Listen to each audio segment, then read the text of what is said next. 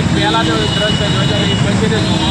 મારા હિસાબે પહેલાં જ્યાં અડધો કલાકે પહોંચી વળતા હતા ઓફિસે, અત્યારે 1 કલાકે પણ નથી પહોંચી શકતા. તો ખાસ કરીને જે કાંઈ સુવિધાઓ હોય એ સવલત માટે હોય છે, નહીં કે એને અગવડ પડે.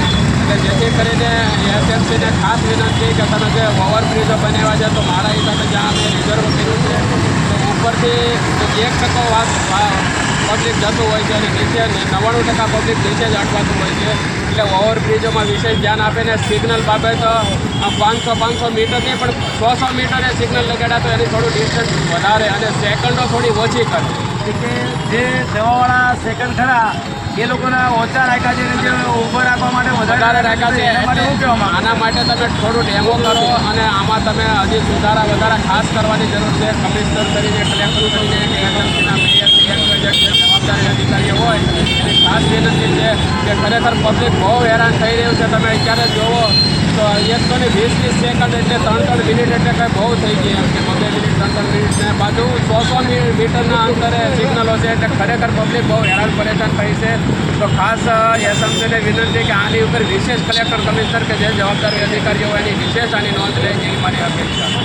મારું નામ જણાવો. મારું નામ ભગવાનભાઈ આહિર અને હું પર્વત પાટિયા માધવબાગમાં જ રહું છું. અને અમારો જે આ એરિયો છે જે કાયદેસર જે ટી ટાઈપના રોડ છે, જે ટ્રેંગલ રોડ છે, એમાં તો સીધા જવાવાળાને ખરેખર સીધું જવું જ જોઈએ.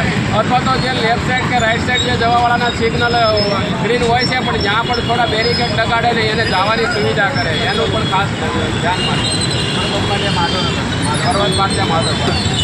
તમે જોઈ રહ્યા છો અહીંયા આપણે ભગવાનભાઈને હું અત્યારે પૂછું માધવબાગમાં રહીએ છીએ અને અત્યારે જે સિગ્નલોનો પોઈન્ટ છે, આ સિગ્નલોનો પોઈન્ટ શ્રી કલેક્ટર સાહેબ અને ભૂપેન્દ્રભાઈ પટેલ સાહેબ મુખ્યમંત્રીની આ જો 120 સેકન્ડ જે કરાવ્યા છે, આ 120 સેકન્ડના જગ્યાએ આ લોકોને કહેવાનો મતલબ શું છે કે જે જવાવાળા સેકન્ડ છે આ સેકન્ડો વધારવાના કહેવામાં આવે છે.